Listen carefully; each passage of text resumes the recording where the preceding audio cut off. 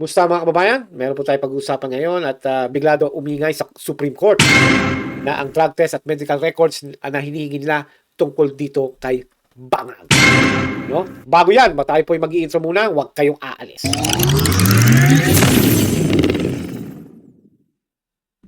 Alright, back to Pinoy Extra. Tayo po ay meron lang konting pag-uusapan tungkol po sa post na nangyayari ngayon. But the thing is, ay sinasabi ngayon ng Supreme Court sa Pilipinas na ito pong si Bangag, no?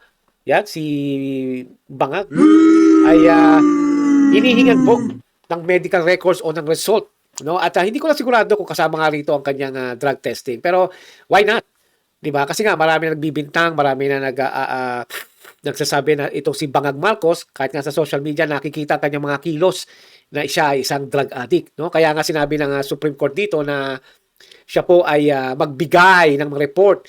Ano nga ba ang nangyayari kung saan ito ang mensahe ng Supreme Court na to respond to petition seeking medical at drug test, di ba? Oo, kasama pala yung drug test, akala ko medical lang. Kasi di ba kung natatandaan niyo noon na itong si Bangag ay dinala yata sa St. Luke, nagkaroon siya ng may kumakalat na may cancer siya, di ba? Stage 4 na raw, sana hindi pa natuluyan.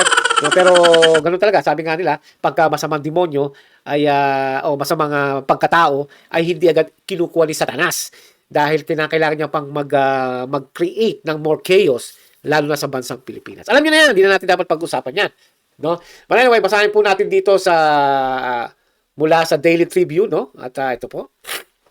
Ayan. Ang sabi dito ay President Marcos ay at acting, no? Si ES Batanggen yung ulul, no? Si Ralph Recto ay must respond to a petition seeking to compel the chief executive to undergo physical and mental examination. Pati pala mental examination ay kailangan kasama dahil hindi na nga natin alam eh. Alam niyo mga parts, ito isisingit ko lang. Kung nagkataon pala na itong si, kung tayo may nuclear weapon, wala na. Patay na. Baka mamaya sa sobrang high niya sa droga ay Mindanao o Bisaya kanyang pasabugin. No? Kaya dapat lang magkaroon siya ng mental examination. No? At syempre, the SC, however, clarified that it had not given the petition due course. Pag-uusapan po natin yung quick, no? The court, without necessarily giving due course to the petition, has directed the respondents to comment within a non-extendable period of 10 days. Yan. Ang nag-petition pala ay si dating House Speaker Pantaleon Alvarez along with Virgilio Garcia, Juan Rania at Raimundo Junya or Junya. No, kayo na po bahala doon. The petition for a writ of mandamus asked the SC to direct Marcos to submit to a comprehensive medical evaluation, including a hair follicle test. Yan. Yung po masama dyan. I mean, kay Bangag, no? Sinama na nila pati ang hair follicle test. Kaya sana po, mga loyalistang tanga, no? Kung kayo man nakikinig dito na nanonood, magsaya kayo ng oras panoorin ako, ay sana sabihin nyo ang Bangag nyo amo na kung talagang hindi siya addict, which is I doubt it, no? I doubt it.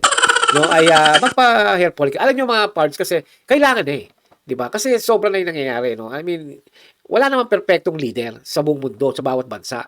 Pero itong ginagawa ni Bangag ay talagang grabe, no? Talagang parang daig niya pa ang terorista, no? Sa ginagawa niya ngayon. Kasi nga delikado Biro po, pumahaw, para siya mismo yung kapitan ng isang barko.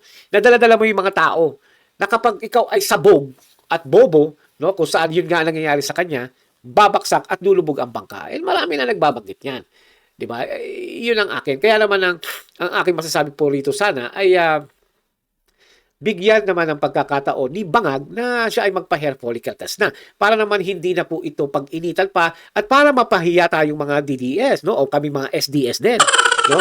At in that way ay pagka negative si Bangag ay pwede niya sabihin, ano kayo ngayon? Mga hinayupak kayong mga DDS at SDS. 'Di ba? O ngayon, negative ako. Yun nga lang, Bangag, kinakailangan ang gagawin mo ay dapat sa public. Kasi pagkaya nagpa-test ka without informing the Filipino people, marami pa rin na magdadoubt sa iyo. 'Di ba? Kaya kung ako sa iyo, kung wala ka naman tinatago, katulad si Representative Paulo Duterte, ipinakita niya sa public kung paano kumuha ng kanyang buhok at magkaroon ng test kung siya ba ay addict na katulad mo o hindi. Ano nangyari? Negative siya. Eh, di nagmamalaki siya ngayon. Mayabang ngayon si Paulo Duterte dahil hindi siya positive sa drugs. Kahit si Baste, kahit yata si Sara yata, nagganon din. Oh, kahit ako kung halimbawa negative naman talaga ako, eh, isasampal ko sa pagmumukha mo na negative ako. Ngayon, I dare you na ikaw ay magpa-hair follicle test, pambihira. No? Anyway, at pag-usapan natin yung sinabi kanina ng Supreme Court, no? At asan na yun? Ito. Not given course, no? Means, yan natin dito. Yep. Yup. Yan. Tataan dito. Yan. Sabi dito mga parts, no, at not given due course, para maintindihan nyo natin. Hindi naman tayo abogado, nagbabasa-basa lang po tayo ng konti. No, kaya sana po maintindihan nyo ako. At kung mali man, i-inbox nyo sa akin dito sa Pinoy Extra comment box, no? At sabi dito ay means the court did not formally accept or proceed with the petition. It acknowledged the petition nila Pantaleon Alvarez, I guess, exists but refused to act on it because it does not meet the legal requirements. Why a petition might not be given due course, a petition can be denied due course for reasons such as maybe procedural defects, lack of jurisdiction, failure to raise substantial issues. Anyway, yan naman po ay sa pagkakaintindi natin na hindi naman talaga kasama yan sa pinaka-requirements, no? Pagka tumakbo ng presidente yata o hindi ko lang sure kung ito ay kung ikaw ay kalagitnaan na ikaw ay nasa posisyon, no? Pero para sa akin, dapat talaga magkaroon na ng ganyan dahil nga po sa nangyayari ngayon. Actually, yan ang legacy mo, bangag. No? At dahil sa iyo, nagkaka-idea tuloy ang mga politiko matino na magkaroon ng mga drug test every time at least a year or 6 months, maganda yon. At kahit na ang gobyerno nang sumagot, dahil para in that way, malaman nila kung ang bawat politikong tao ay gumagamit. And then pag gumamit, sana nga may batas din na tanggalin sa posisyon, suspended, hanggang sa mapatunayan hindi, and then that's it. Sana ganun. 'Di ba? Kasi kung walang ganun na gagawin, ay talagang magpapatuloy ito. Alam naman natin na hindi lang naman si The Junior ang talagang gumagamit sa kanyang paligid sa Malacanang. Marami daw diyan. Eh, silang Dameo, isa pa 'yan, no? At kaya may mga ebidensya si Cathy Binang, yan ang mga sinasabi, which is there is evidence and there are witness also.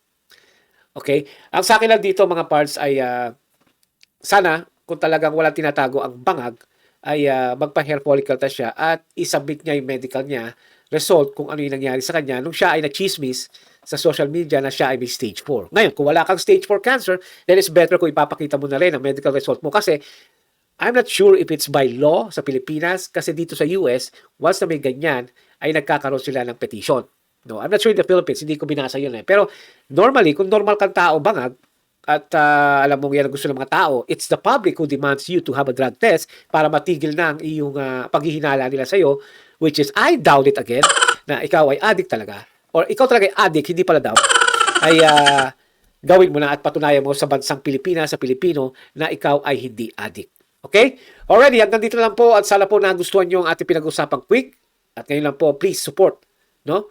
Pinoy Xer, this is for Gen X, Y, Z, Alpha, at sa mga oldies, okay? Ate, kuya, lolo, lola, tatay, nanay, kamusta po kayo diyan? Ingat po palagi, okay? Babu!